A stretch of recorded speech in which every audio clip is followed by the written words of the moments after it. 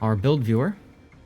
And this is the Vasteras at tier 6. Now, she's part of the Pan-European destroyer line, and I kind of always felt that she was a little bit of pain.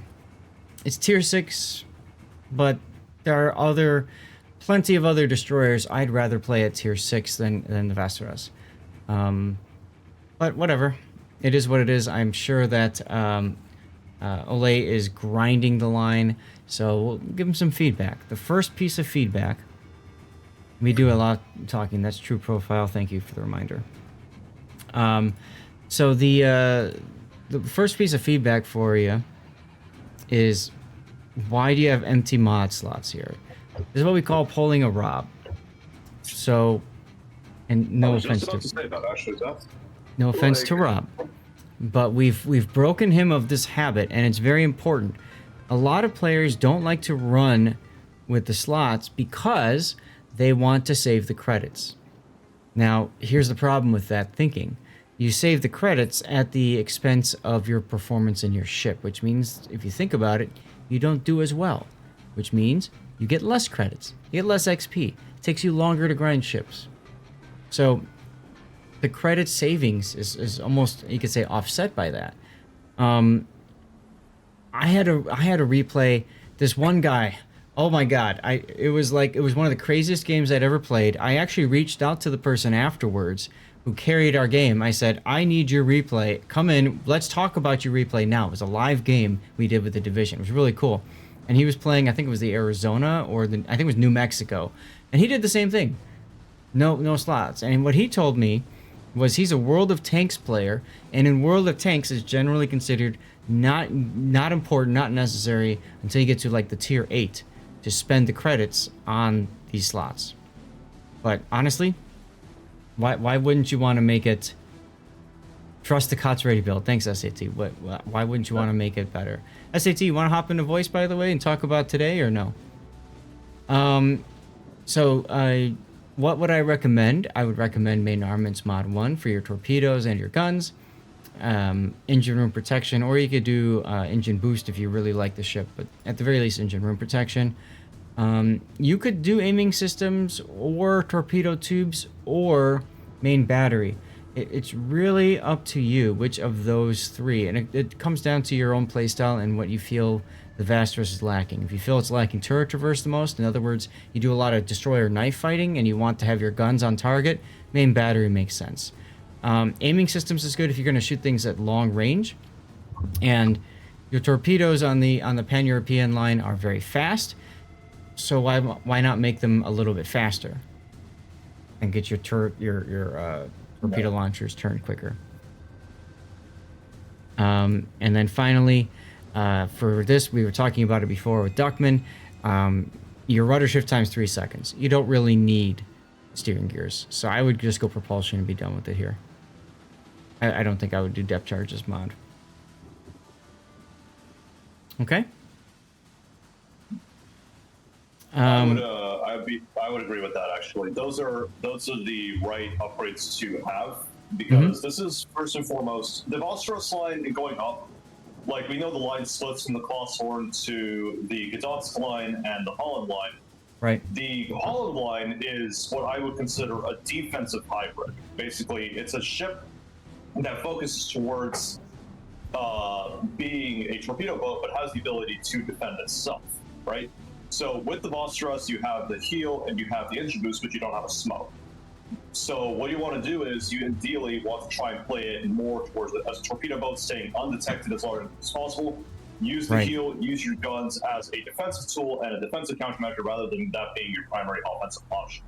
So with that in mind, having that torpedo mod in Torpedo 2's modification 1, or was it 2 in slot 3? I think it's TTM 2, right? It's mod 1. Mod 1, okay. It's main armaments mod 1 and TTM 1, sorry. That increase in torpedo speed and better torpedo traverse are nice, but the biggest thing is that you have a lower chance of torpedo tube incapacitation. What that means is your torpedo tubes are not going to get disabled by every other HE round as frequently. And I think this also synergizes really well with protecting your engines, with protecting your main battery, which also helps your torpedo tubes, And then your commander skills, you've got preventative maintenance. So it all really comes together quite nicely. Yes. As for the commander skills, I mean, we see preventative maintenance, last stand, survivability expert, concealment expert. That is excellent. Those are your standard 10 points for a Yeah, destroyer. that's what I call the core build, yeah. The core build for a destroyer. For the Holland line, if you're going further, build into torpedoes, you could also do the Bison thing and go RPF by Hollands, where you could take RDF as an option, or you can take Swift and Silence as well. Now, this is going a little bit nitty-gritty, but if you want to, with the Hollands, if you have the legendary mod for the Holland, you can build into Superintendent. So you get extra heal, you get 5 total heals, and you get 4 total engine boosts. Right. For right now, let's just focus on this ship because I think it gets pretty crazy otherwise. High tier builds are a little different. Right now, sake with the core builds this is a great core build. This is exactly what you should have.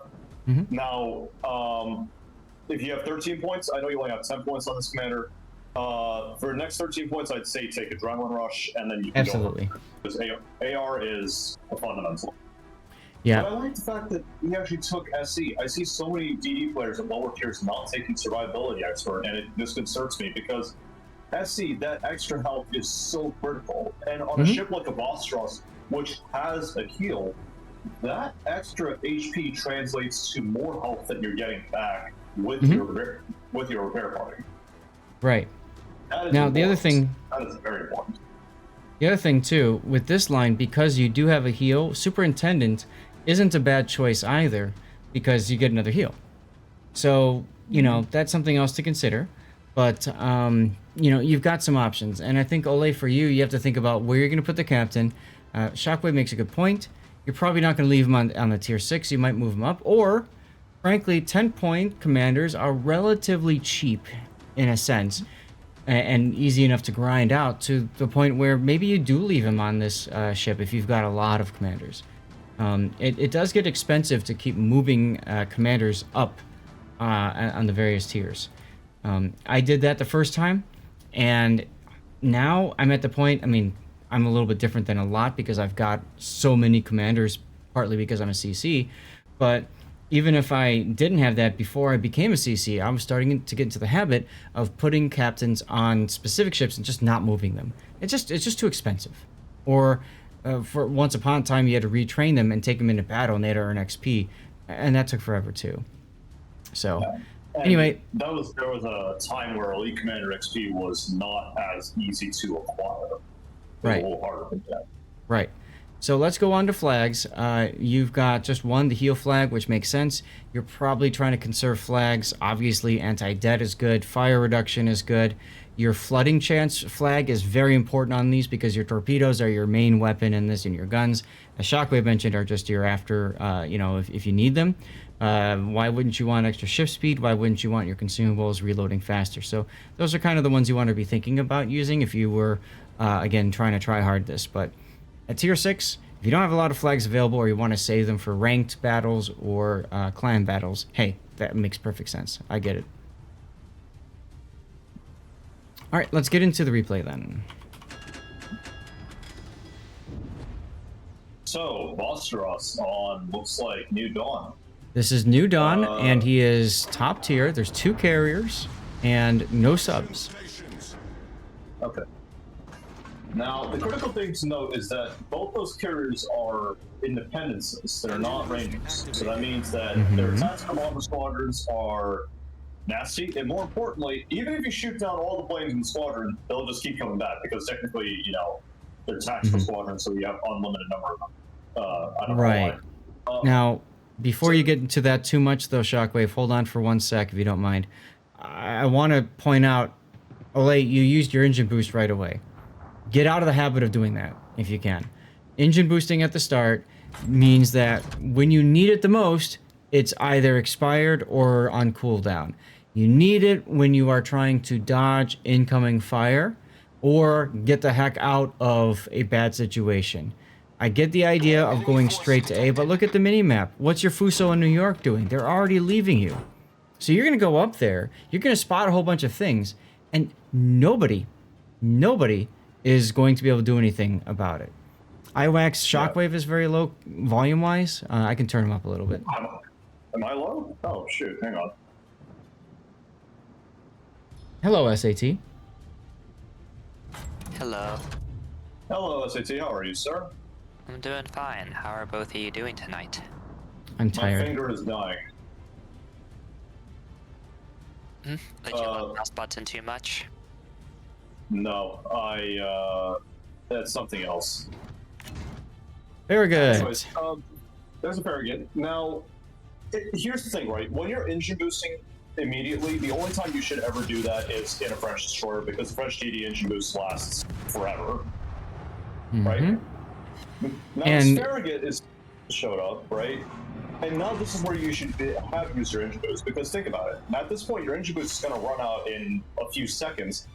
And yes, the Farragut's not shooting you, and yes, he's being a little bit tipsy, I guess, but had the Farragut chased you and you didn't have that engine boost, you wouldn't have been able to run from.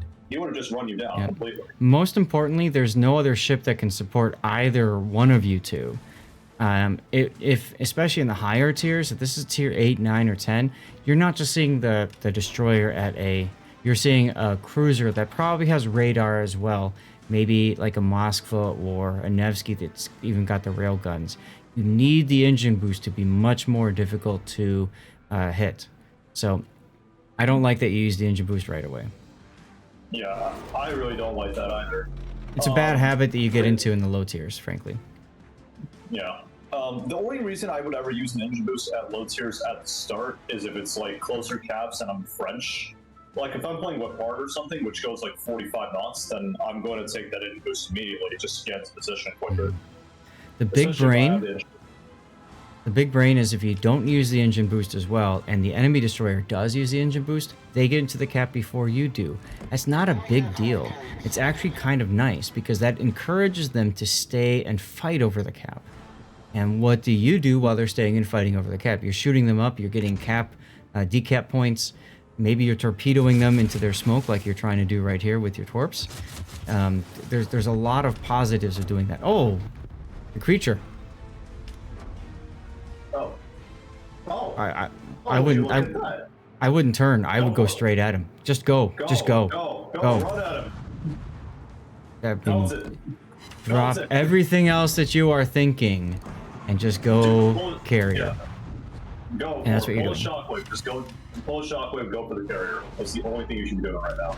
The big thing Everything about the else- independence is that there's no secondaries. Also, no armor, and it's slow. Well, it's decently fast. It's 32 knots, isn't it? It's Yeah, fast. 20. Is it fast? Mm-hmm. Hang on. Wait, I have the independence in my corner. I'll double check it as well. There you go. Oh, it goes 31. Okay, it is fast. Yep. Now, I'm pausing This for a is the point, second. though. You're zooming in. Don't do that. He's that close. You're out turning your turrets by trying to zoom. And second, you're about to drop your torpedoes. I think you're on the narrow spread. You want to go wide spread here to spread out your torpedo damage. There's another thing is, the way he's gauging the independence, he basically wants to fight a 3v1, or 2v1 here. Because he's hitting the Farragut Yeah, it's like, and the Farazona. Yeah. yeah, you want to Yeah, well, okay, focus you got- on 1 or 2. Yeah. And Well, nicely okay, enough, so your it's- engine boost is available too when this is happening. Yeah, and the other thing is the Arizona doesn't know how to lead. He didn't lead you at all. So you avoided getting hit by him. Mm-hmm. So that's good. You avoid that shock from the Independence, the last desperate measure, because he overextended. So, you know. So now you're in a little bit of trouble, though. Yeah, he's fine, Well, trust. Farragut's shooting he's fine, because the Farragut's shooting AP. The bigger concern is the Arizona shooting HE and actually hitting. Because that's large caliber HE rounds, and okay, he's using the border, I guess. That's fine. Cool. So It's a this is rotated map. It's your typical tier 6, low tiers, people don't know how to play thing, because Farragut on paper outguns you by pretty much double your DPM. Arizona, if he landed one good hit, would have killed you as well. Yeah. Now you just disengage here. You have no reason to keep shoot Arizona. You're doing the right thing here, dodging properly, Perfect. Yep. Perfect. Heal up and torpedo him, and just walk in A. Frankly. I would actually save my heal for when I actually need it, rather than immediately healing right now. Hear me out, because it's like he's on any imminent danger, right? He should use a heal when he's in imminent danger, rather than healing now and then being down to heal when he actually needs it. That's what I say. He's got one heal left afterwards. Your actual benefits isn't that much. I think you're getting like 2 or 3% faster reload, which is not that big. And he doesn't have adrenaline rush anyway, so it's not going to help him here. Yeah. So I guess there are benefits and drawbacks to healing right now rather than healing later. I say he should heal later because he's not in any imminent danger where he shouldn't. I don't see why he can't heal right now. Just be up to 9k because it makes no difference for him. Yeah, I mean... Now you should heal because of... Yeah. Pop-Tart Kitten? Stay at 1 heal, and then use that last heal when you actually need it. So Pop-Tart Kitten, what Shockwave is trying to say is there's when to use the heal, and then there's the big brain when to use the heal. Okay? What a lot of Unicom players will do is they will see the heal available, but they won't necessarily use it because what they want to do is stay lower health. If you stay lower health, you get a benefit if you take the commander skill Adrenaline Rush. That helps your torpedoes reload faster, your main guns reload faster, and I believe your anti-air gets a buff as well. So, a lot of players will do that and say, I will forego the heal because I'm not in danger, and then I'll be able to spam more torpedoes, especially in this case. Now, there's a caveat with that. If you play that big brain, and you get caught out into a position where you need that heal, and gee, you really wish you had another heal available, you're kind of screwed. So my recommendation for most players, especially Ole, who's grinding up the line, use that heal when it's available on cooldown, because then your last heal is available and you keep that as a reserve heal when it's necessary. By the way, these torpedoes have no chance in anything of hitting anything. So I'm not sure why you're firing them here. Yeah, I mean, I guess what Ole's trying to do here is he's trying to anticipate the Arizona slowing down and turning back in because he's going off the lead indicator. But I don't think that Arizona's that smart. He's just going to keep traveling in a straight line. So why would the Arizona want to slow and turn in is kind of what I'm trying to get at. Like, you're in the cap. You're telling the Arizona that you are there. And you're a destroyer. Why does Arizona want to go after you? Look, he's shooting blindly into the cap even. Yeah, that's the other thing. I mean, I don't think he is that smart to know that. I mean, I was assuming that he would be... I was trying to say smart, but I was actually saying not that smart. I should clarify that statement. He's not that smart to actually go into the cap. To actually try to go into the cap. Like reverse psychology. Notice his positioning. Very smart. So, yeah, so he's at the top of A. Okay, he's taken it. What's he gonna do now? He can just hit W, go forward, get in the backfield, find the other independents, and kill it. Yeah. The Arizona... Sorry, go ahead. Yeah. So there's a couple of options for him. He could run into the back line if he's been paying attention where the enemy CV is. But look where the Independence fighter is. It's roughly... Actually, no, never mind. We can see the Independence on the map. It's 19 kilometers away. Yeah. No, that's his dropped fighter. That doesn't count. But anyways, going back there without knowing where the CV is, it's like, you probably... It's going to take you out of the fight for quite a while. Yeah. It's not... You're knocking on the door asking, are you the CV? Are you the CV? And then when he finally is the CV, you shoot him. By that time, the game's over. The carrier's also been spotted as that that's pointing out on the screen. Oh, I see. Never mind. Yeah. Run behind the island. So he knows where he is. Right. So that's why I'm saying forget the Arizona. Yeah. Forget the Arizona. I mean, you can go for the backfield, but the problem is that Arizona has been relatively unpredictable because of, whatever reason it may be. I like the fact that he actually stopped to take the cap. I don't see DD players doing that a whole lot. Yeah, what's he gonna do in the backline though? If his torp angles on Arizona is gonna be absolute crap since he's angled, Mhm. and he won't be in a position to torp the battleship and the cruiser in the middle. So he's essentially gonna be AFK for a while. I mean, I have a habit of doing this at times. I'll admit it. I have a habit of going backfield and probably not getting anything done. At higher tiers, it works because of spotting, obviously, and I'll get done tons of spotting. I would not shoot here, by the way. Don't shoot. Huh? No? Wow. You can shoot. Who's I know, gonna? but, like, Who's now you've gonna? alerted- Now you're going to Arizona. It's going to turn and shoot him now. That's my concern. The other But thing this- is now you're Never telling. hit.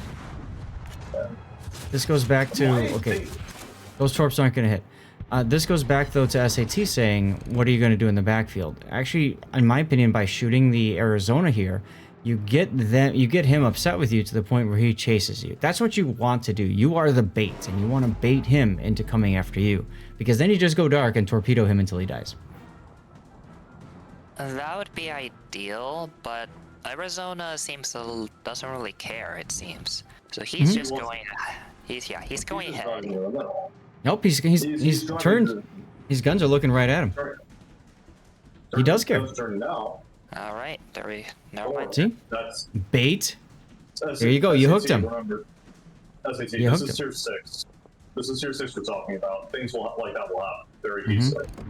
Now, what you Yes, want to it's do here? randomized. Sorry, The go ahead. problem is it can be random at times. You want to take the more guaranteed option, in which case I think you would have been better off going to A and having a couple targets like Torp in Arizona if he goes back to A, or the battleship there just north of B. In this case, he's trying to hope Arizona will go for him, and that's not a guarantee because players No. are not very predictable. But what Yeah, I I want you to typically respect find it. from playing in the backfield a lot is if I hit them enough times, they'll get pissed off with me because I keep hitting them. What are they going to do? They're going to turn and they're going to try to find a way to hit me. And that's exactly what this Arizona just did. Somebody else shot him. He doesn't know. But the big thing is, you just took him out of the game. And that's one thing I love doing with destroyers when you get in the backfield. You take enemies out of the game. He's gone. That's it. So now it's the Gokaze and the Breton and the TED-22 that your team of Dunkirk, Fuso, New York, and the 2 carriers can deal with. That's a good precisely. trade. Now Yeah. what I would do here is go and find that T-22, get rid of him. Or try to get rid of him. Because You are spotted now, so there you go. There he is. that's T-22. And this is where that engine boost would be helpful. 'Cause Which he you don't has an have engine anymore. boost, you do not. Now that T-22 is on full health. The ship is on Right? fire. That is a full health T-22. And he looks to have some idea of what he's doing, given that he's actively dodging a maneuver. I really So don't what do you like do in this this decision. situation? I really don't like this decision. You're turning in and you're charging a ship that has hydro and it's running because you can see the detection there. T-22 with the hydro, you can't torpedo him unless it's like point blank range. Now you've put yourself into a knife fight where it's going to be very, you're either going to get the kill or he's going to kill you. There's really, or you're killing each other. It's just a bad idea. I don't like it. You would have been better off hiding away, firing torpedoes at him. Who cares if he's got hydro? Because you're running away from him. It's much easier to control that engagement. Standard It's much tactics easier is to really to kite. Yeah. Like, Go- you have no go for reason the to never defense. get next to him. Yep. Yeah, you should have gone for the defensive. Now he's torpedoing. Now what you do? This is a torpedo turn. And what that means is, Yep. yes, he's lining up a torpedo salvo. You keep going straight until he either fires his guns or turns back in. That's how you know that he's torpedoing you if you don't have priority target or hydro yourself. Yeah. Or just guess. I don't know, because it's not a guessing game here. You know exactly what he's doing. He's going broadside to launch torpedoes, and he's Torpedoes, smoking. dead ahead. Yep, there they are. See? He baited you to try to... He was slowing down. He was smoking. He baited you to try to torpedo him because that's what most people will do in a destroyer knife fight. You did not take this bait, Yeah. which is Which is huge. good. That's good. I see people doing that often. Look Now, who why just would hit you. That was the Arizona. Yeah. That's the problem with turning in and charging like this. You put yourself in a 1v3 potentially. Well, the Britannia's not looking his way. I didn't see any shells coming from the Britannia. No, but he's on the mini-map, therefore it could happen, and you traded because of that Arizona hitting you. Yeah. And I'm sure the Arizona's very happy because you're dead now. Yeah. So what do you do in that situation? The best thing to do in that situation is A, kite. B, if you're forced to turn in because of an island, you can't kite, which there was no island there. You could have controlled that engagement very easily, right? And if you're forced to turn in, what you do is you wait for him to torpedo, then you go back into a straight line. Don't overturn trying to get your torpedoes from the other side, because your torpedo launcher is flank shoot from both sides anyways, right? Minimize your profile against, minimize the profile against the Arizona so he doesn't hit you, and then continue onwards, right? And he popped the smoke too. I mean, if you torped him either way, he was going to die. You trade for him anyways. You don't trade necessarily, but there's a higher chance that you live that because there's a lower chance of the Arizona actually hitting you if you stay that way. Now, right? I'm not a big fan. If you just listen to what Shockwave said, there's a lot of thinking involved. I'm always a big fan of simplifying things as much as possible. So, you know, in this engagement, the Arizona's there. You don't want to give him a shot. I get it. But your primary focus, of course, is the other destroyer. He fired his torpedoes at you. You turned in. You had another option, too. And that other option, frankly, would have been to slow down. If you slow down, your torpedoes are already turning on the right direction, right? You are probably going to juke shells that are fired at you from longer range because you're slowing down, and most players don't accurately know how to handle speed changes. They know how to hit you at max speed, but they don't know how to hit you when you're slowing down. So what I would have done there, just slow down. Just slow down and even reverse. The guy's smoking, he's running from you, he's already spotted because he's shooting you through his smoke, it doesn't matter. So just take advantage of that opportunity. Control the engagement. You didn't do that. You turned all the way back in, and what that did was you basically gave up control. You allowed whatever to happen. Look, Arizona just killed another ship. That's pretty funny. If that Arizona gets a small warrior, I swear to God. Well, never mind. There's two carriers in the match. I mean, two CVs. One of them's Russian. I mean, Zona's gonna die. It's just a matter of time. Zona's, it's only a matter of like how long it takes them to die because Arizona does not have an SA in the world. Both these carriers are going to be having a feast on this guy. Yeah, assuming they properly attack him and don't just sail out in front of him and die. But you know, they probably won't. I mean, Arizona's pretty much his target practice, just Yep. kind of like in 1941. Yeah. Now you're stuck just sitting here. Wow, do you not have any respect or remorse, SAT? Huh? Do you not have any respect or remorse for what happened? That answer is no, unfortunately, from SAT. It's a video game. It's fine. It's history. It's history. History, true. It's target I mean- practice for two characters. I mean, it's what happened in real life anyways. I mean, I don't know what you're concerned about, Andy. You guys know what took out the Arizona, right? Detonation.